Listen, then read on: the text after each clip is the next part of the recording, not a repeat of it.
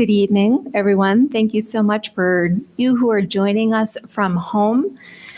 Tonight's Lorain City Schools Town Hall will be focusing on the health and safety for the return to school. Tonight's discussion is going to be focused on some of the philosophies and the conversation that has gone into some of the decisions that have been made to return to school remotely, and also how we're handling athletics and similar decisions.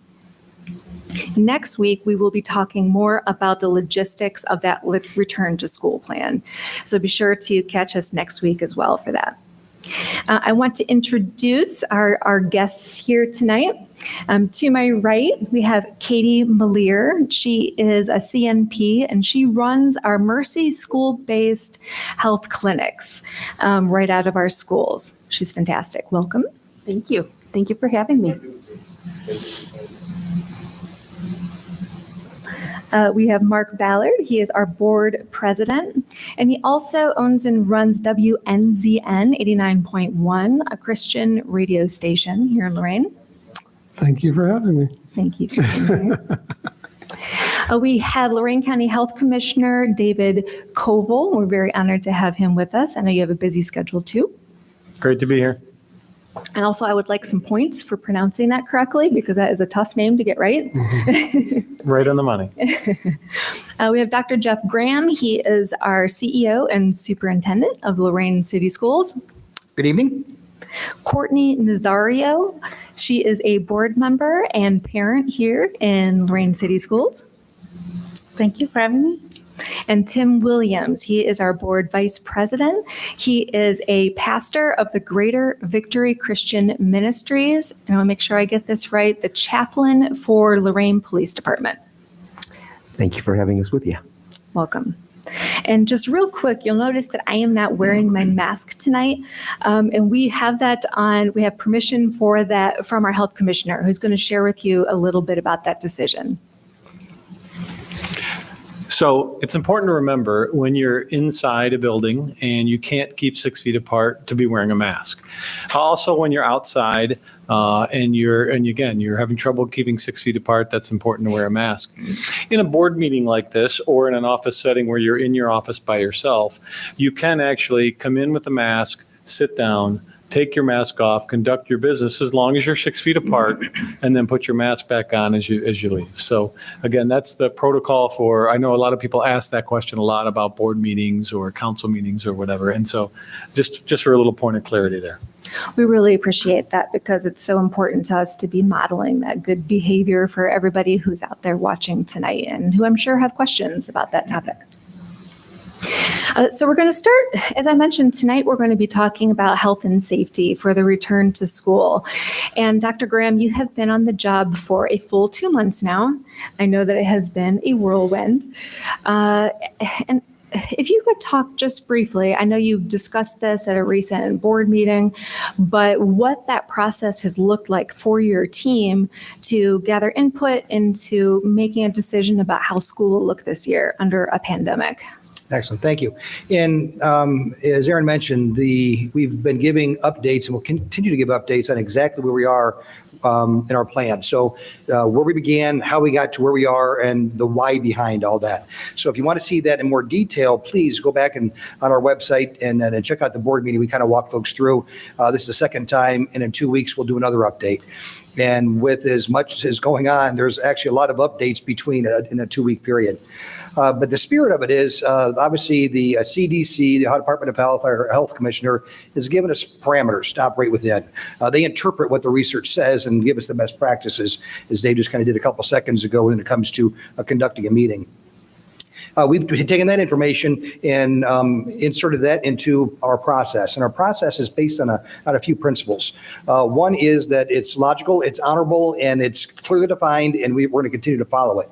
And whether we're dealing with a pandemic or dealing with a strategic plan or we're dealing with anything else. It's also based heavily in engagement, the staff engagement, family engagement, community engagement, to make sure that we have an understanding from all the different perspectives on what makes sense. Because what I see and what Tim sees are two very different things, because we have different roles and we just can bring more to the table. So I think up to this point, We've done surveys. We're in the middle of focus groups. Actually, we have folks doing focus groups tonight. But in terms of people who are actively engaged in the process, I think we're up to about 150 now. And that's not just people who did a survey. When we did our staff survey, we had almost 100% response rate, which is unheard of, especially when you consider the fact we did it at the beginning of July. We also did a community survey and had good results with that as well. So we're taking all that information. Now with surveys, we tend to get how people feel, because it's yes, no, or on a continuum of how do you feel? I strongly agree or strongly disagree or somewhere in the middle. And we also got some responses, longer responses, as to why you feel that way. And we've looked at every response. We categorized them into common themes, and we're taking those common themes and going back to do more surveys and more focus groups, because we have a pretty good idea of how people feel. We have to learn more about why they feel that way. And then once we understand the needs behind all those, then we can take steps to meet those needs and create a plan with more detail. So we are in the final stages of creating a plan that we know that we're going to constantly vet and constantly make changes to, because things keep changing. The very first night we shared the results, what we thought we were going to do. It was going to be high school fully remote, middle school fully remote.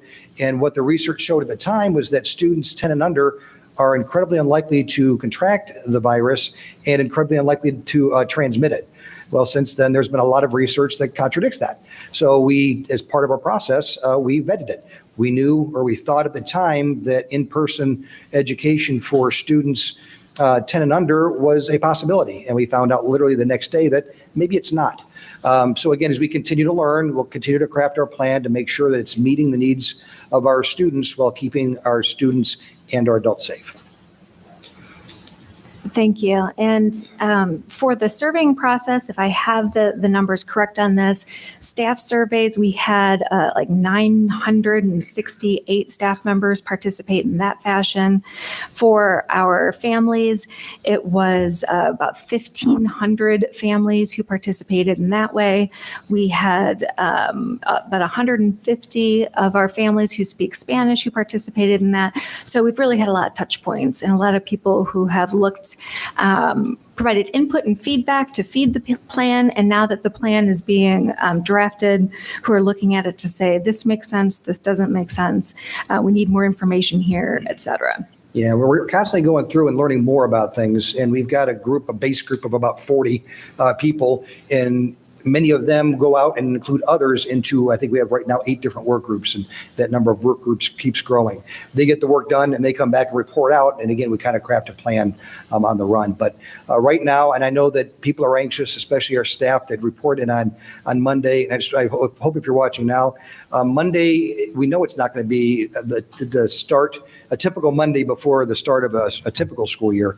We're not going to know a lot of things. We don't know a lot of things, but we'll figure them out together. So don't be stressed out about Monday. There's a lot of collaborative time, a lot of time working together, and a lot of time of making sure that we have a better understanding of what your needs are so we can meet those needs. And so the process so far, I know the leadership team has been very critical for all of you to make sure that that plan is for the people of Lorain. It is for the families that we serve. It is for our kids, and it took into account what the circumstances are for children and adults. But at the same time, we get a lot of questions about the health guidance that rolls into that, because there's the CDC and there's our local health departments and there's the ODH, and then there's the many things that you read on Facebook. So how do we decide what to follow, what not to follow? And that's why we're so honored to have David Kovale here tonight. David, can you share a little bit about what that process looks like to take all of that information and, as our governing body here in Lorain County, to advise our school districts? How do you go about that? Yeah, well, it's been a long process. Let me first address a little bit where you should get your information.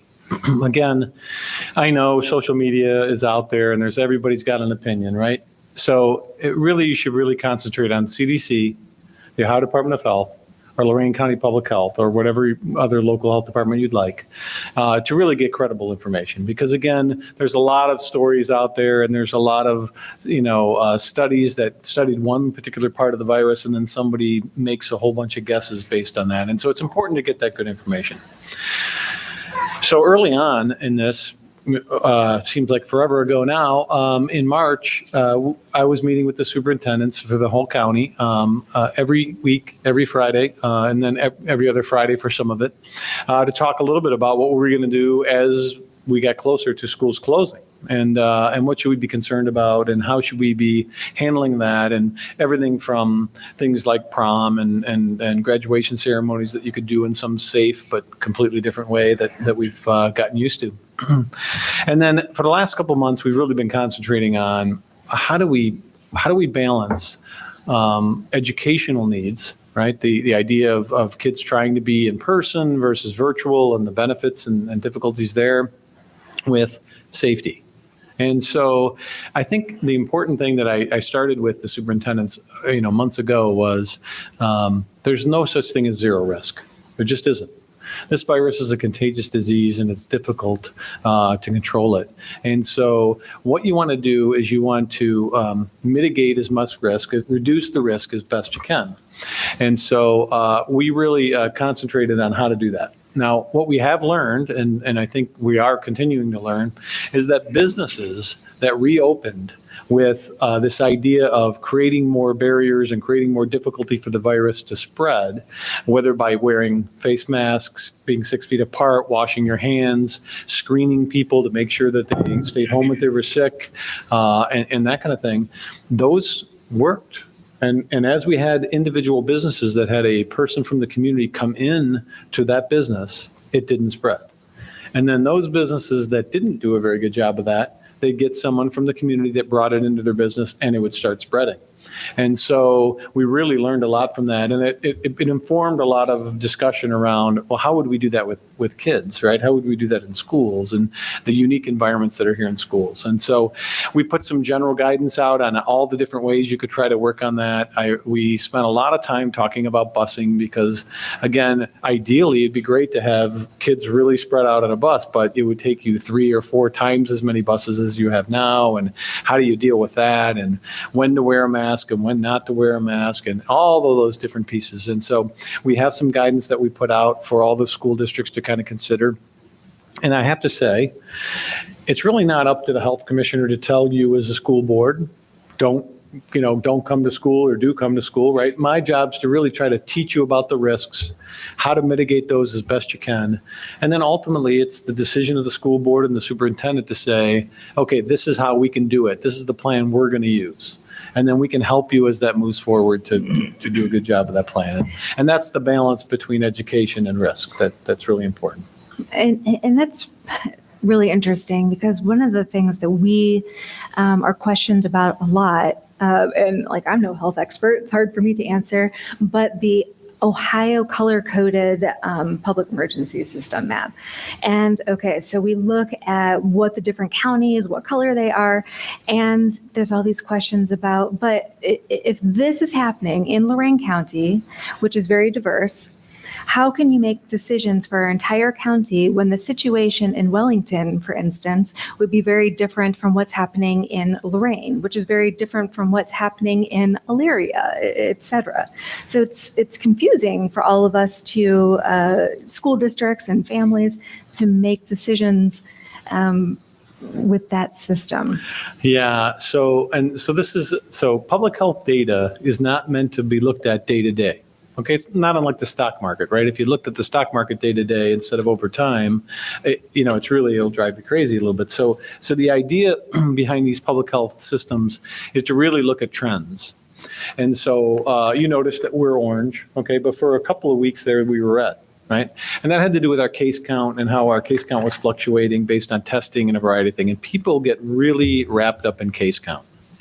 I want to tell you that a cumulative case count is really kind of a worthless way to look at things. It's one indicator, but what really matters is how is that impacting our emergency rooms? What's the health outcomes of all of this? And so that's really what we've been really looking at. And case count over time is different than case count during a smaller period of time. So in other words, if you had a school where over a 2-month period, they had 30 cases in the entire school district, that would be one way of looking at it. If you had another school that in a week period had 30 cases in one school, that's a completely different, and yet the case count's exactly the same. But really what's going on with the virus and how it's spreading is what really matters. And so that risk system will help us to get an idea of what indicators are out there. But then also at the health department, we're tracking this every single day in every single business and every single case. So every case that comes into Lorain County, within 24 hours, there's a call from Lorain County Public Health to that person to find out where they may have gotten it, who their close contacts are to slow the virus down. So all of that information is what we use to determine where the risk is in the community. Now, that could be in a business, that could be in right now, honestly, unfortunately, it's in weddings, funerals, and backyard parties. That's really where people are spreading this the most. And so as school starts, we'll be able to really identify how that's being spread. And then we'll be able to help the schools to try to figure out, is your strategy working? And then what should we do to adjust? And so that's kind of how we would use all that public health data. We are also asked, okay, so if Lorain County is yellow or orange, but we're surrounded by red, how concerned should we be, and should we really be considering ourselves red? Yeah, so this is the problem with this, right? So actually, when the health commissioners around the state of Ohio, there's 113 health departments in the state of Ohio. We all met with the governor and the director of health and talked through this system a lot. This system is based on a system that the former head of the CDC created to kind of talk about how this looks. And we really talked about, could you go all the way to the zip code level, or should you go to the county level? Should you go to the regional level? How would we do it? And no matter what you do, there's an arbitrary line that is created by human beings and not by the virus. So you could be right next door to someone who's red and is one side of the street less risky than the other. And so that's really a bad way to look at this kind of data. So really what the system shows you is how the virus is moving. And so if you look at the red, yellow, and orange maps from the last few weeks, you can watch where the virus is actually moving in the community if you look at them week by week by week over time, as opposed to what's my current color. And so I think here in Lorain County, it'll be important to remember that we will toggle back and forth from red and orange and hopefully yellow a little, and we will move back and forth, and it'll be about the amount of cases, how they're spreading, and what's going on in the hospitals. And so those will be the factors that we'll be looking at. And our hospitals are okay right now? They They're not are overwhelmed? flat. We are in good shape. I think I do want to mention at the very beginning of this, we needed about 6 weeks for the hospitals to really get their plan ready in case the surge happened. And that's why that lockdown happened. And when the lockdown happened, they got ready, and they are still ready. And again, right now we're in really, really good shape. Okay, thank you. Katie, families ask us a lot about how Mercy is going to be involved next year. You were running 3 clinics in our districts for a time. I know that you guys have been just fantastic with getting immunizations to our children. You provide physicals, you provide care for colds, the sniffles. In this environment where we are remote, how will Mercy be responding? So that's a great question. I want to reassure everyone that the partnership between Mercy Health and Lorain City Schools is strong. We intend to continue our partnership. We will be available for services, business as usual. I would also like to mention that we do have capacity for virtual visits. In the time of the pandemic, just to try to decrease everybody's exposure. So information to be announced as far as how to access those. So we will be available for services, everything you had mentioned, Aaron, well visits, immunizations, testing. So absolutely. So what would that look like? Theoretically, my child has symptoms. How would we contact you virtually, and what does the conversation look like? So it would be the exact same as it has been in the past. You would contact the clinic at 440-370-5446. You would call that number, which is our clinic number, our clinic line, and you would speak with the medical assistant who would set you up for an appointment, a virtual appointment. And we'll be providing instructions on how to access through the internet that appointment. So Thank you. Thank you for welcome. all you do to take care of our families. my pleasure. You are very loved here in the district.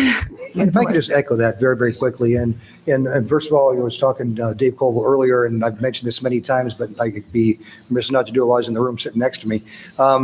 Incredibly responsive. He works with the county superintendents. It was every week. Now it's every other week, but it's also as needed. And it's needed a lot because we constantly have new questions.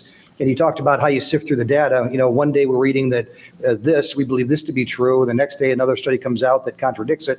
And so again, he's been a constant resource and always been there, incredibly responsive and very, very much relied upon. Same thing for Katie.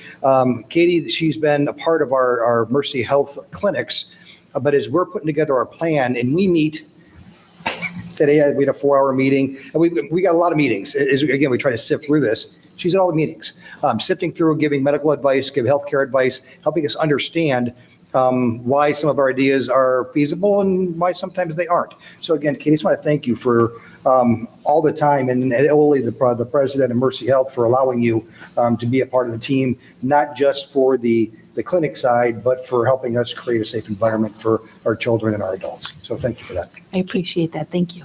Katie even sits on our communications committee because she has such constant interaction with our family. She knows what is working, what isn't working, and just really insightful. So thank you.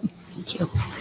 So we've talked a lot about the decisions that, or the philosophies that have gone into the decisions for remote, fully remote this fall. Courtney, as a parent in the district, just really interested to hear, okay, so we were remote in the spring, all schools were. Some of us did a better job of that than others. I struggled with it. So describe a little bit about, your home environment, how that went for you, what worked, what didn't. I think once we got we kind of had a schedule every day. We started the same time every day. We pretty much did the same things every day. About halfway through the time, they'd stop, get a snack, but continue working. We were able to get everything done before noon each day. We start at 9 o'clock every day, but the girls knew, the older girls, I have 4 girls in the district. So my 2 older girls, they'd set their alarms. They knew they had to get up, get there, get breakfast and everything because we were going to start. So I think that was the most important thing, is to have that schedule set where it just became a routine. It just became a normal routine where they would all sit down, get all their stuff out. We had a common place where we kept all of our packets and all pencils, crayons, everything. And then we were able to finish the work. And sometimes the older girls would be able to work a little bit more because they're older, could work a little farther ahead. Mm-hmm. But we were able to get everything done just by having a good schedule. Beautiful. Snacks. I didn't have enough snacks. That must have been my issue. Thank you for that insight, because I know that a lot of families right now are really concerned about that balance of, I can be a good parent or I can be a good employee, but it's really hard for me to be both of those at the same time. And I think that's something that a lot of people are struggling with. So that's helpful. Thank you. Well, thank you. I want to just share a statistic that was shared with me by one of our commenters on YouTube. According to the CDC coronavirus website, Hispanic students are 4 times more likely to be hospitalized, and African Americans are 5 times more likely to be hospitalized due to complications from COVID-19. Other sources have reported that African Americans are 3 times more likely to become infected and 2 times more likely to die from the virus. Now, we have a pastor here with us, and we have the son of a gentleman who who passed away this summer from COVID, and we're just so sorry for your loss and for all the losses that you are experiencing in your church. How are you working with your church community, with your family during this time? It must be incredibly frustrating to hear this is, for instance, a hoax, or this is not something to be concerned about.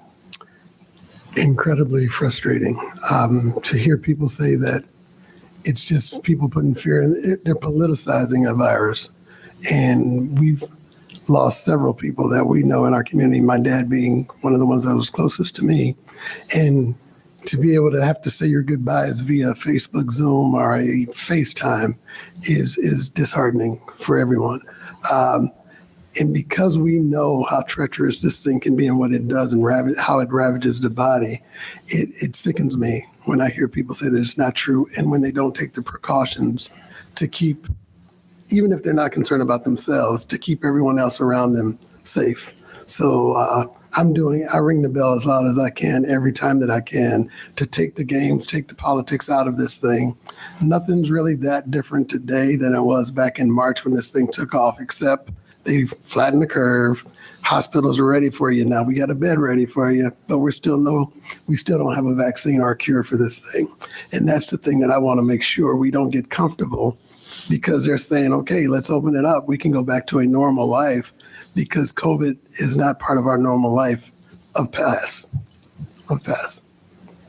How do you counsel the members of your congregation during this time? I think there's, because of the work that we do in terms of our faith, we're frequent visitors with some of the distresses of life. So though COVID is unique in terms of what we're experiencing right now, distress, suffering are things that we're familiar with. So you try to first come from the place that you're familiar. So you're compassionate, you're thoughtful, and you're just there. And what you learn as a pastor, what we've learned, my wife and I, we pastor together, is our responsibility is not to have answers, but to be there to support people while they're going through what they're going through. So Mark's dad is one of the founding members of the church that we pastor. I've known Mark since we were kids. I've known his father has been a mentor, an icon. Everybody knows Pop Ballard, and we've always known him, and he's always been Pop Ballard. So it affected us more intimately. We weren't just, it wasn't just a pastor member type thing. We were very close. And so, and we're like brothers. I'm the brother that he has that he selected as opposed to what he was born with. And so, so we're very close. And so even when we had to go through that, it wasn't like typically sometimes when we deal with death as a pastor. So it's where's that line? And what we try not to do is we don't try and draw the line. We just exist where we are. So if we're friends, if it's a member, you try and support people in a very genuine way. So it is challenging, but the plus is we support each other. So if you have to go through something, it's nice when you go through it with people who trust you, who you trust, who you love, who love you. So we're navigating through these things together. And we've had, we just had a death 2 weeks ago. And you're absolutely right. Funerals, church is probably, and he didn't say it, he's being kind.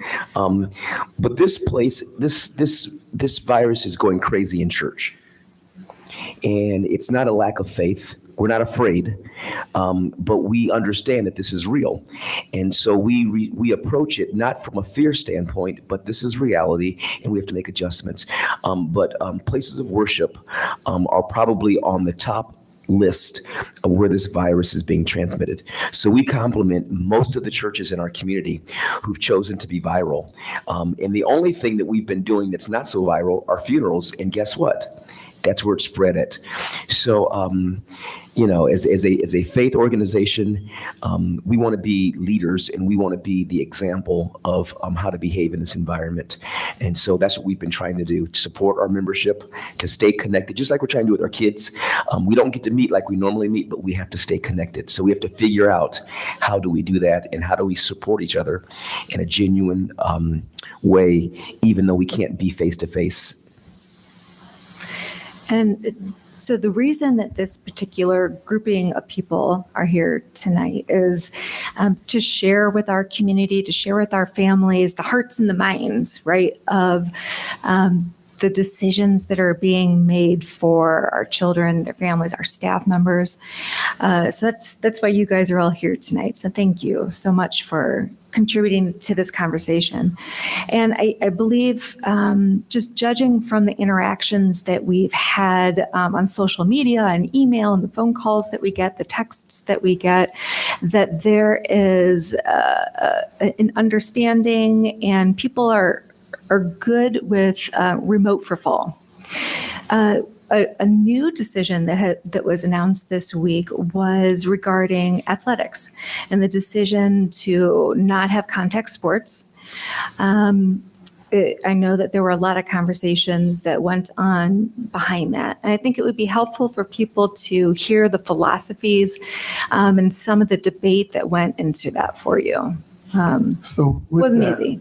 With that, when we went dark into schools back in March or so, we did a hard close on all of our buildings, sanitized our buildings, locked them up, put everybody's code out, nobody could get in.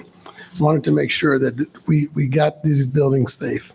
So as we went through the spring, the rest of that spring and into the summer, right around July 4th weekend, I was made aware from a parent, hey, why are you guys playing football? I'm like, we're not playing football. We're still on a hard lockdown. So as I looked into it, I found out that we were starting our regular conditioning because nobody evidently had said not to do it. We hadn't gotten that far. We were in a transition here in the district. So nobody was wrong, but we just hadn't communicated that piece. So when we became aware of that, we started talking among ourselves, well, what's the protocols going to be? And if we're still having the schools locked down, we haven't figured out how we're going back to school, why are we going on with our athletics programs like we're in a normal time? So as I reached out to my individual board members and our leadership, we decided that it was time for us to start getting together to have that conversation on what's this really going to look like for us. So when we started questioning our coaches, they had their phases down.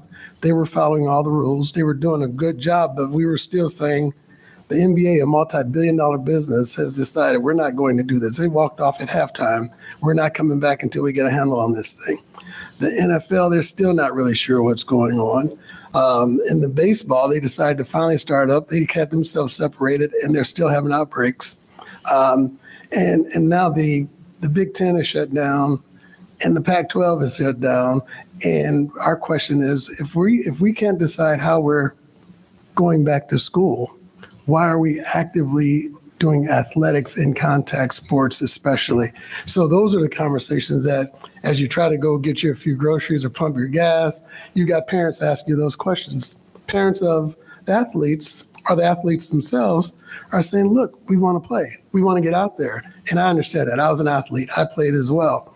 But the typical parent says, wait a minute, I can't even send my kids to be educated. Why are we having this sports discussion? That's where we're grappling with. And we're still trying to, so we figured the governor would make the decision. I think everybody was waiting on the governor to say, you know what, this doesn't make any sense. And then it all started getting politicized.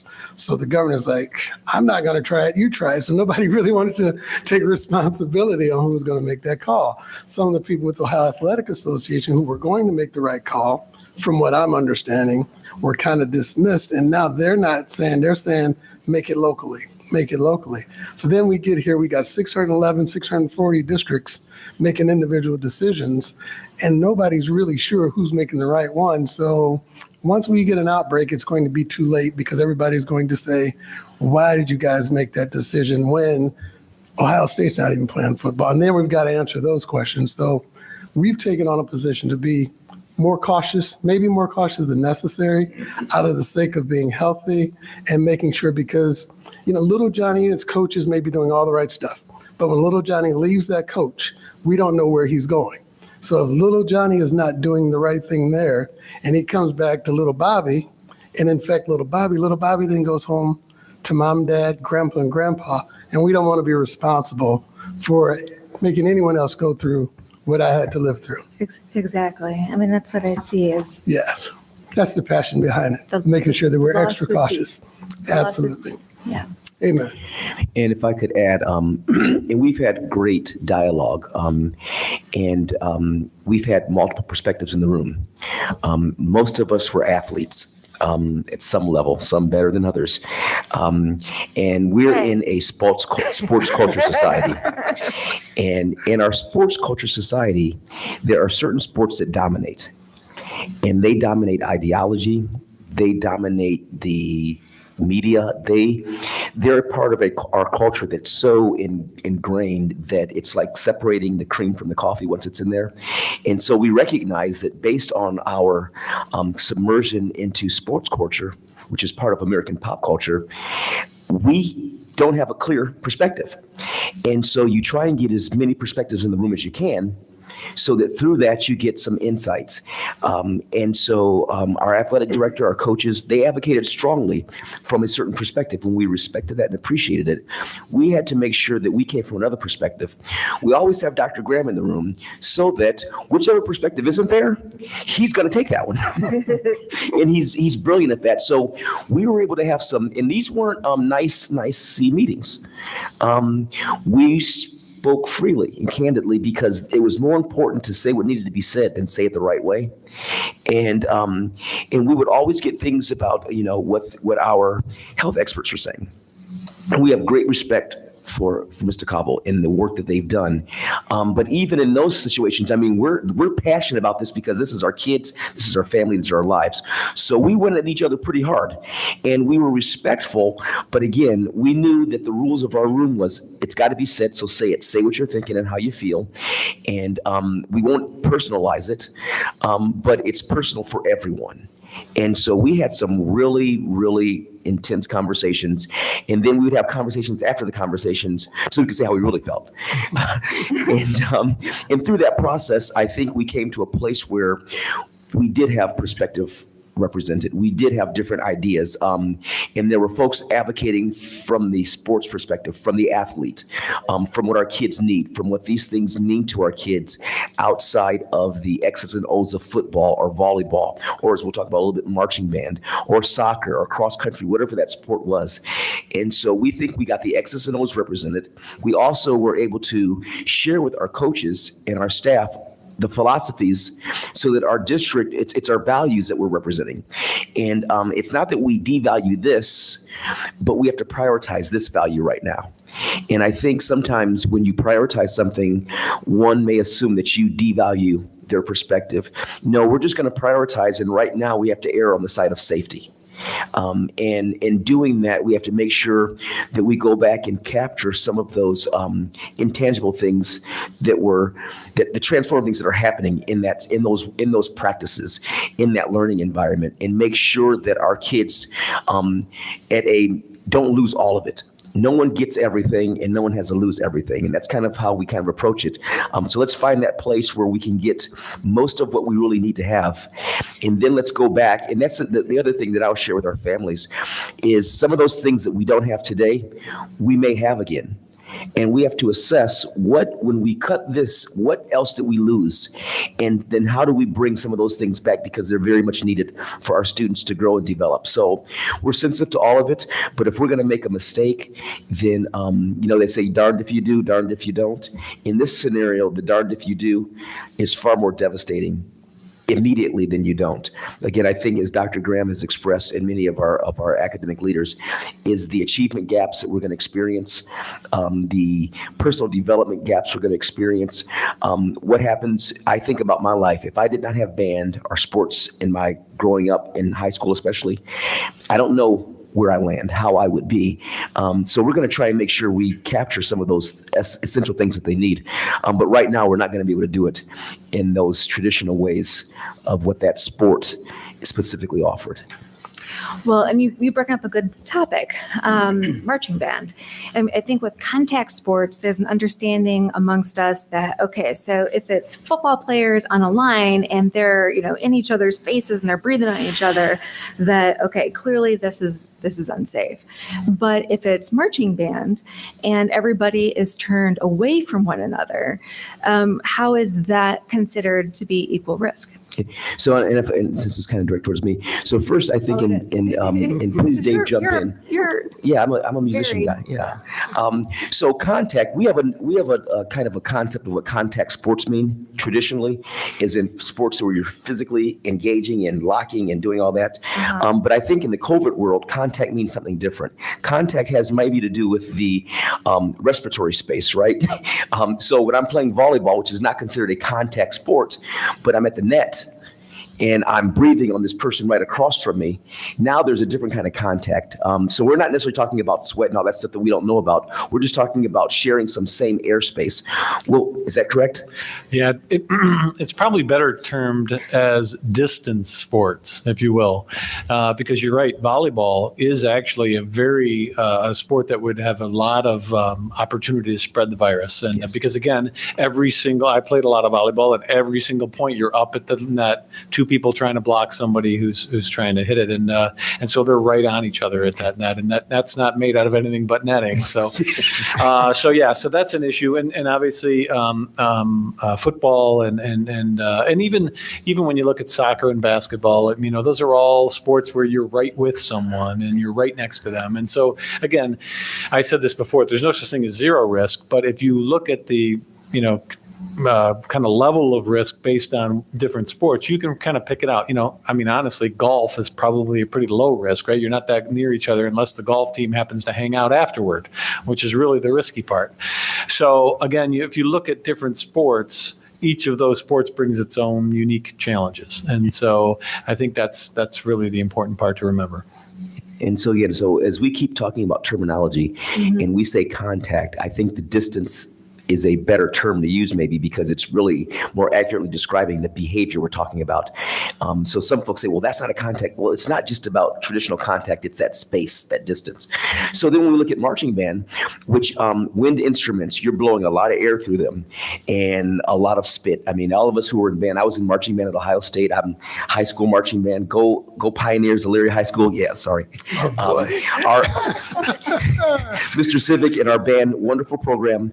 Those kids work really hard, and everyone looks forward to being in marching band. That's a big thing, and but we know that instrument has a certain amount of spread. There wasn't a lot of research done on this, and so the research was very late coming in. And in all honesty, some of the studies that Mr. Kovale shared with us and the other ones that we found, they were usually like in mid-space. They were in the first phase, but what they did is they knew that we were going back to school, colleges and high schools, and this wasn't going to wait until they had their research done.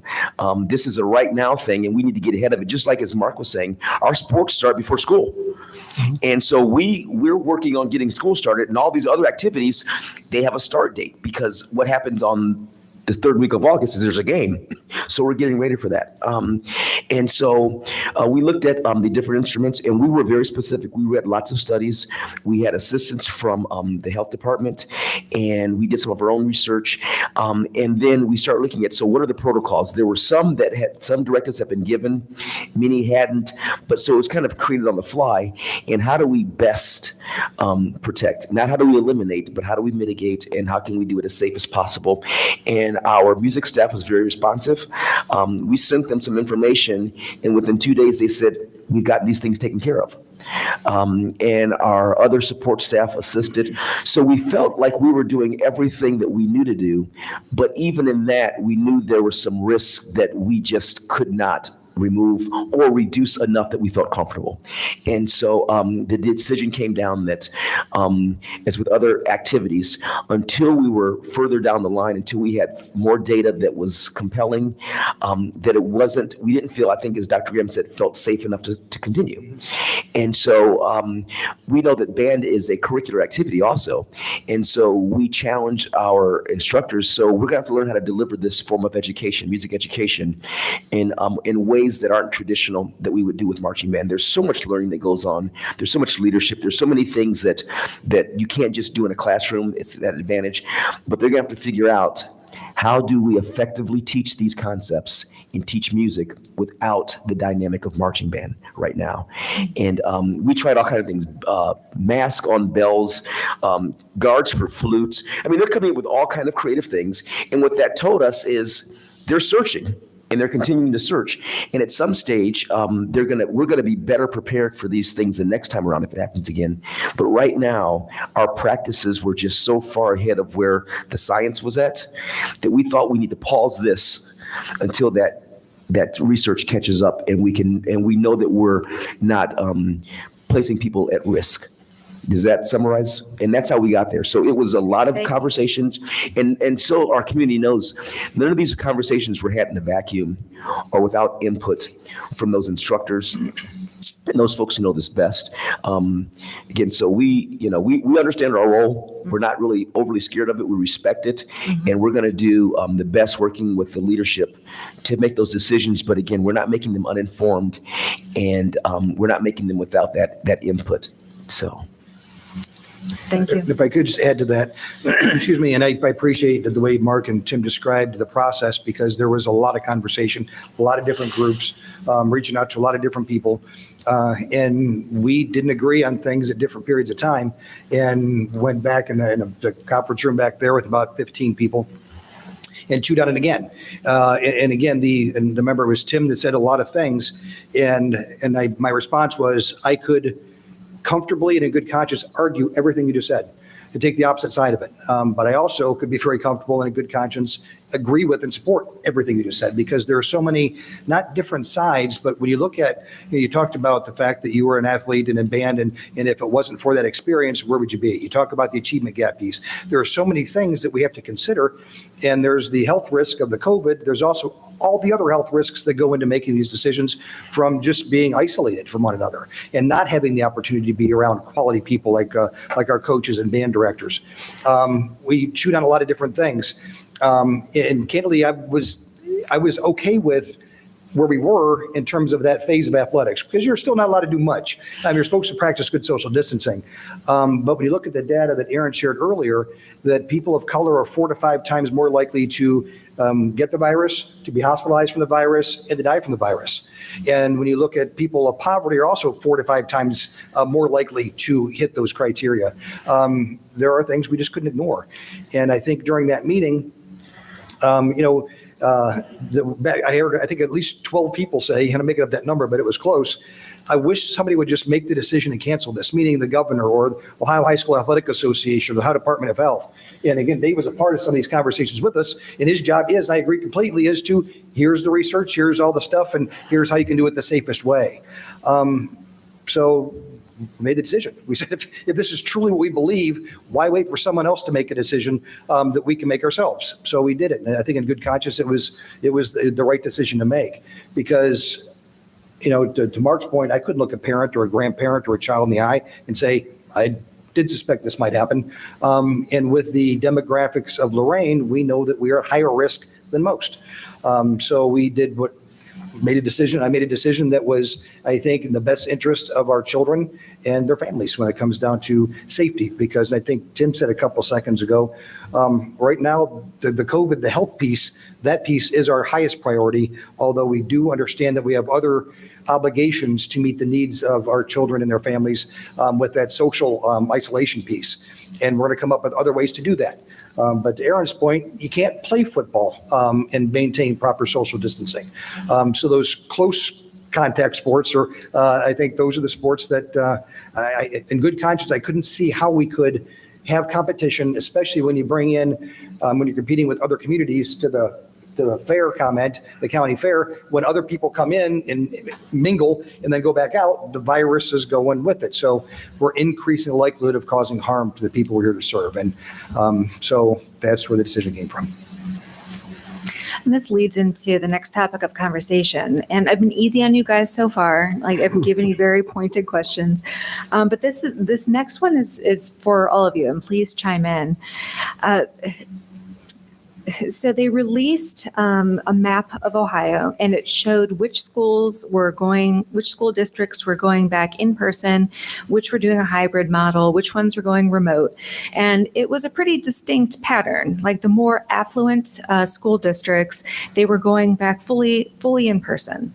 The white don't have a lot of those risk factors. And a lot of our more urban districts, they're going back online. They're going back remote. A lot of our families and a lot of our community members are asking if this is going to continue to further that equity divide, that achievement gap. Our district is already under the purview of House Bill 70, and how do we as a district respond to make sure that there is equitable access and that we are going to beat that statistic? Don't all answer at once. I know there's only one right answer, right? So what can we do? I'll go first, as if that's a shock. So the answer is yes. That gap is going to widen. The answer, I think, is yes, there is a difference between these communities.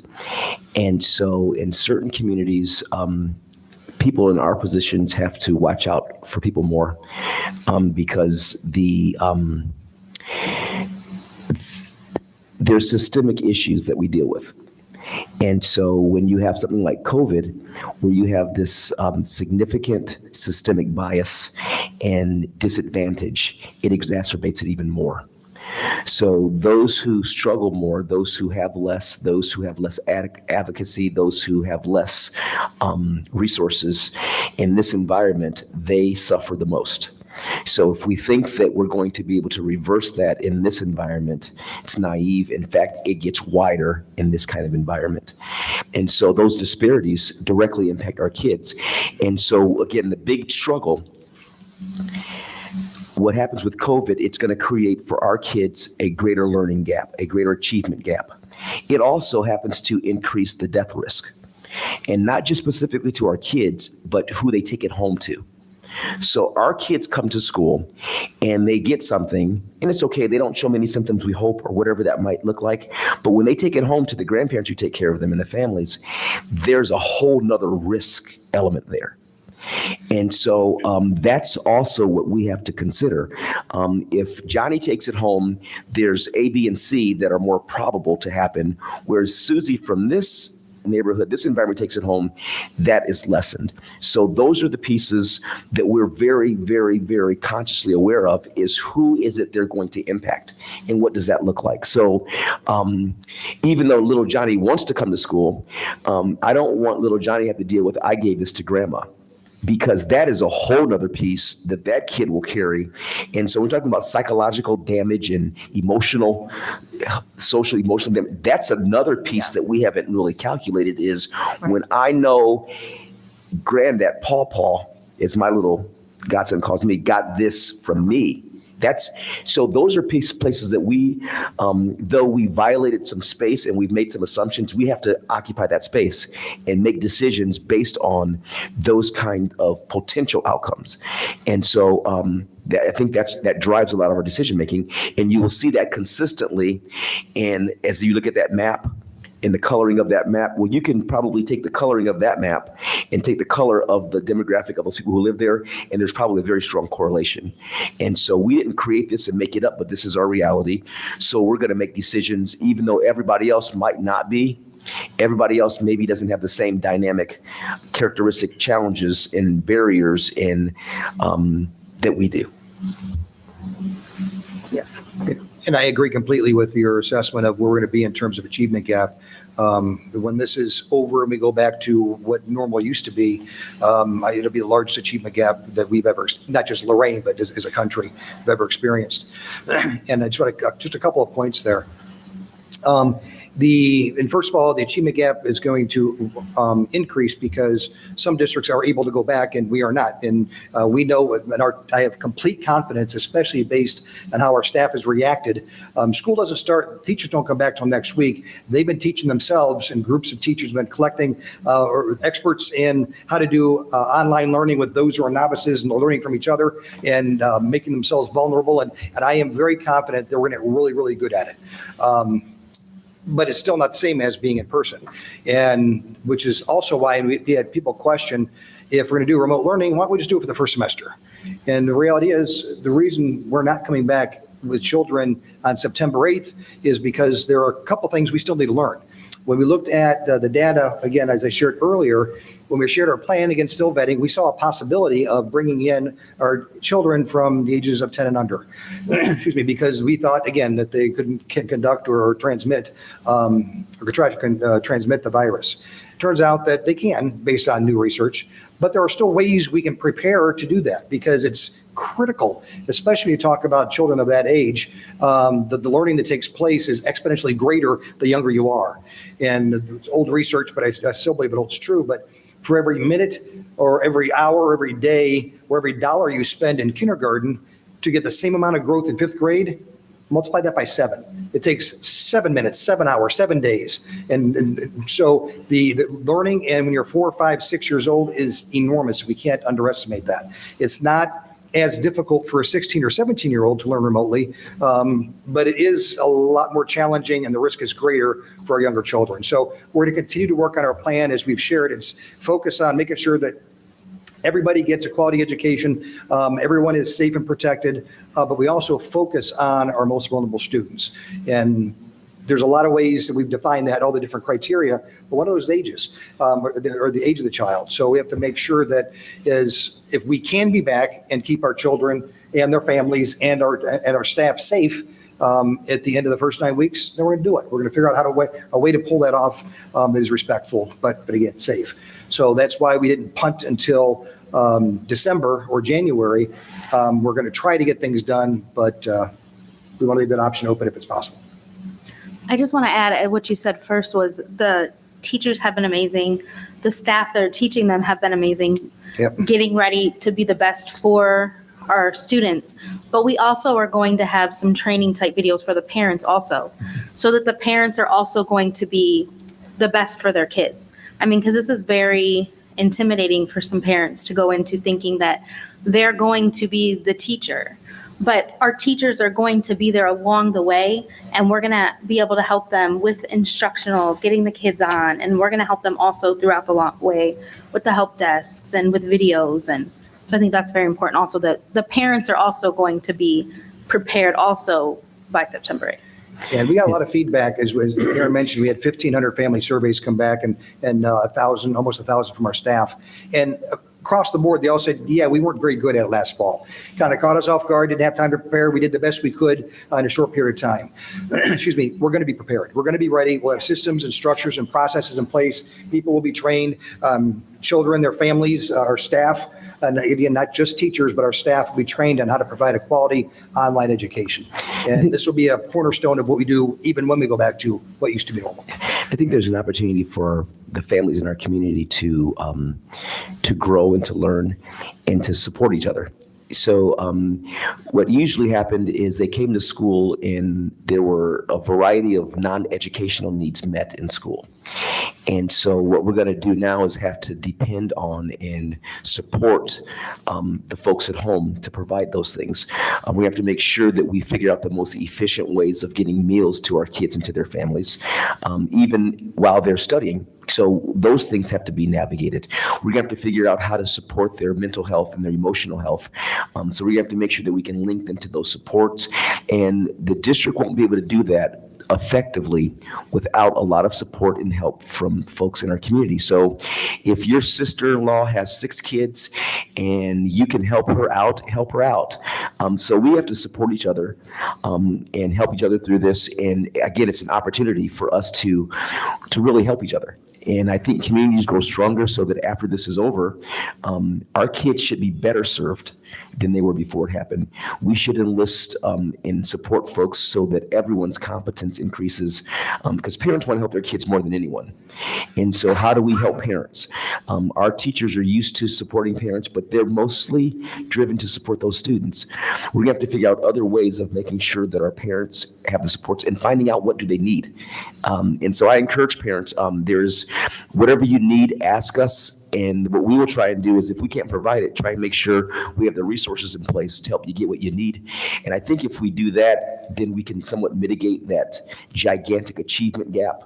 And that has to do with health disparity. It's socioeconomic. It's educational. It's in every place that that we exist as a society. So, but we won't be able to do it alone, no matter what we come up with. And I'll just add, I think from another place, I think the science is getting much better. I have a lot of respect for Dr. Fauci, and I have a lot of respect for Dr. Acton when she was here, and I think she did an amazing, amazing job. And it's our job to worry about the kids, but it's also our job to worry about those teachers. And there's a lot of teachers who said, if we were coming back right now, being no further along in our science, I'm going to have to decide to A, stay home, keep my family safe, and quit this job to keep my own health. So we have to look at the entire rounded picture of this community that we serve and make sure that we're not being one-sided or blindsided, because if we lose all of that wealth of educational knowledge that we get with those teachers that have been here because they're fighting for their lives or scared for their lives, there's going to be another loss and divide that we're going to have there. Technology. No, that's perfect, right? I mean, that's exactly what we're talking about. You can't predict it. You got to figure it out. My kid was trying to order KFC this whole time. So And I don't know, it was on Sunday. If I could make just one statement, our conversation is really about how we've figured out how to support Lorain specific. And for those districts who've made different decisions, we can respect that. We're not targeting saying anybody's right or wrong.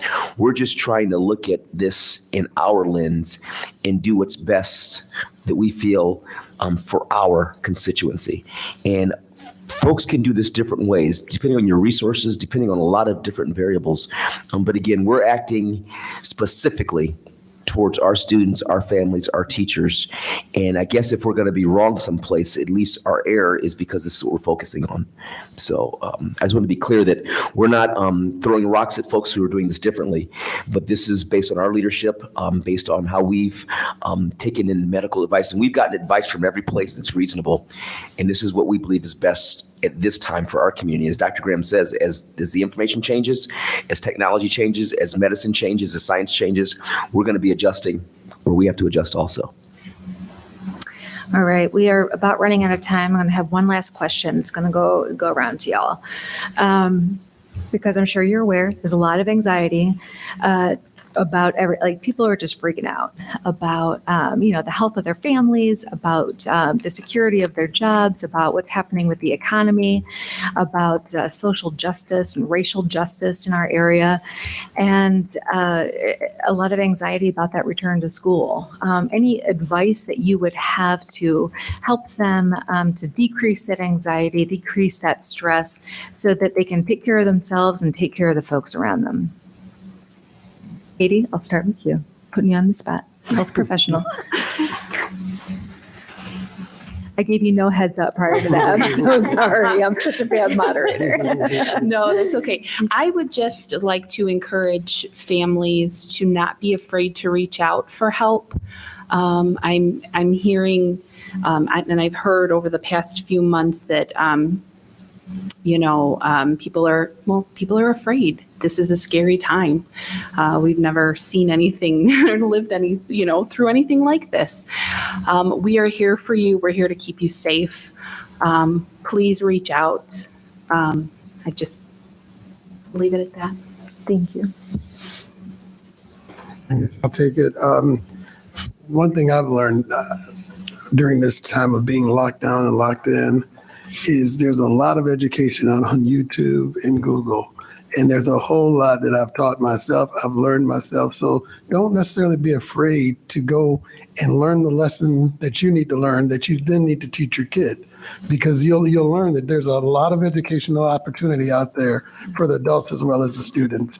And as you need to help those students, that's where you can get some extra support.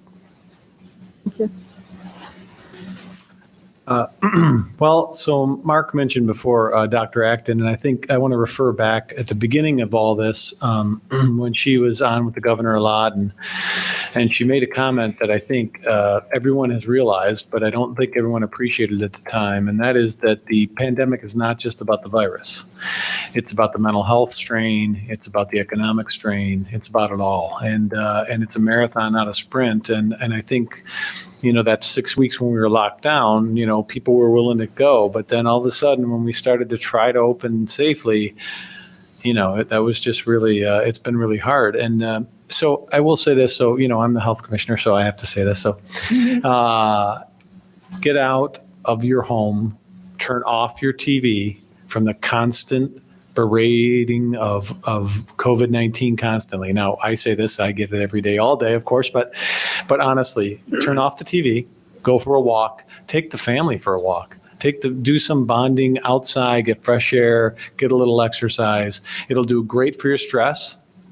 You'll also not have to listen to just another piece of information from someone else's opinion. I strongly just recommend you take a little time for yourself and, kind of de-stress a little bit. And really that'll be the key. And again, it is a marathon. We still have to go. Honestly, the vaccine's probably not going to be here till January. And so my suggestion is we got one more semester of this. And so let's really take some time for ourselves to get a little stress relief. Dr. Graham? Yeah, and I just want to echo some of the comments already shared. And I think that at least the way we try to create culture here in Lorain City Schools is, I know it's easy for me to say, Courtney, let me know if you need something. And I probably I'm not going to hear back. But it takes a different level of courage to say, Courtney, can you help me with something? And I think when you get to that place, we're comfortable asking for help and leaning on each other and reaching out in a way that's safe. But again, it's something that we can't go through together. And during my first tour in Lorain, people always ask me, what I love so much about Lorain. And when I left, what'd you love so much about Lorain? And the way I described it every time was, it's a place where everybody hugs everybody, and they mean it. And obviously not hugging now for very obvious reasons, but the sentiment still needs to be there. It's a community where people care about one another. And Tim said it really well. It's this is an opportunity for us to rise together and start taking care of each other in a way that we know is sincere and genuine. So I guess just know that people care about you. And if there's anything we can do, when I say reach out to the school district. We have go to our website. There's a place to share your thoughts and your concerns. What's our hotline number? I'm going to put you on the spot. Oh, golly. So it's 440-830-HELP, which is like Right. 4357, maybe? Yeah. Yeah, I think it is. Yeah. So again, reach out to us. We'll get you connected with the right agencies, the right people, and we're obviously there for you. I would have to say, kind of echoing on that, we are here for you. So as a parent, stay positive. That will help your kids to stay positive. Again, it's the whole mental aspect. If it is overwhelming, we are here to help you. We're all here, and we will help you find the answers that you need. If you're having technology help, if you're having learning help, medical help, we are here to help. But if you stay positive in that and don't go into it that you're already defeated, you're going to get farther, and your kids are going to be farther. Thank you. So I guess there are no resident experts in this. None of us have been here before. It's all new territory. So there are a lot of folks who have lots of ideas. Share those ideas. There's asking for help, and then there's no dumb question. So ask what you need to know. And again, there are lots of ideas, lots of thoughts that we can use, that we need. So feel free to share those. And I especially look at our teachers. Many of you have thought about doing things in unique, different ways and never had the opportunity. Every time you wanted to do something different and new, there was somebody who had tried it and it didn't work. Well, no one's been here before. So no one can claim that they know the way. And so I encourage us to share this together. And I think together we can do much better than we'll do alone. Thank you. Thank you, all of you, for coming tonight. Thank you to everybody who tuned in this evening. As a reminder, next week we will have a panel who will be talking about the logistics of the Open with Care plan. And just some reminders about some of those immediate things. So staff, our teachers rather, are returning on Monday to begin, and some of our staff members to begin 3 weeks of training. As Dr. Graham mentioned, many of our staff have already been engaged in peer-led ed camp sessions. So it's already begun voluntarily. So we're pretty excited about what comes next there. The first day for students then is the Tuesday right after Labor Day, September 8th. So for the first quarter, so September 8th through October 16th, we are going to be fully remote. If any changes are to come for the following quarter, you will know at least a month ahead of time so that you can prepare. Staff and families can prepare. There are no dress code requirements for this year. We don't care what color your shirt is. We don't care what the fabric of your pants are. I know that's kind of funny because like we're remote, so who would notice anyway? But for assuming that at some point we come back together, that's not going to be the focus. And we're also hoping it will help families to save some money this fall. School supplies for remote learning, only like age appropriate basics are going to be needed for right now. Paper, pencils, crayons. Again, save as much money as you can. Technology will be distributed to our students. So every child will have a device. We'll have more information about that coming directly from your schools. And excuse me, and internet and Wi-Fi will be available for those who need it. So again, further details on that. With that technology, families will have access to a learning handbook. They will have online supports, telephone supports, so that we can, as Tim mentioned so beautifully, all be here to help one another through this time. And I cannot stress this enough, seeing this through the communications lens, a lot of important information is going to be coming to you about that technology distribution, about supports for your family. Please make sure that we have your updated contact information. If you have moved during these strange times, if you have a new phone number, if you have a new email address, please contact us so that we can make sure that we are actually reaching you when we are reaching out.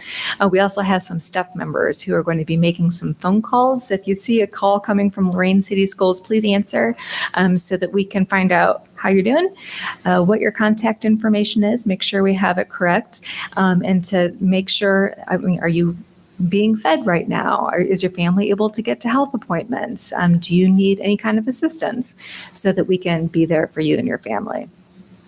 So that's it for this particular week. Thank you all again so much. Thank you. Thank you. You've done a great job. Go Titans. All right, thank you. All right. Thank you, everybody. Made it.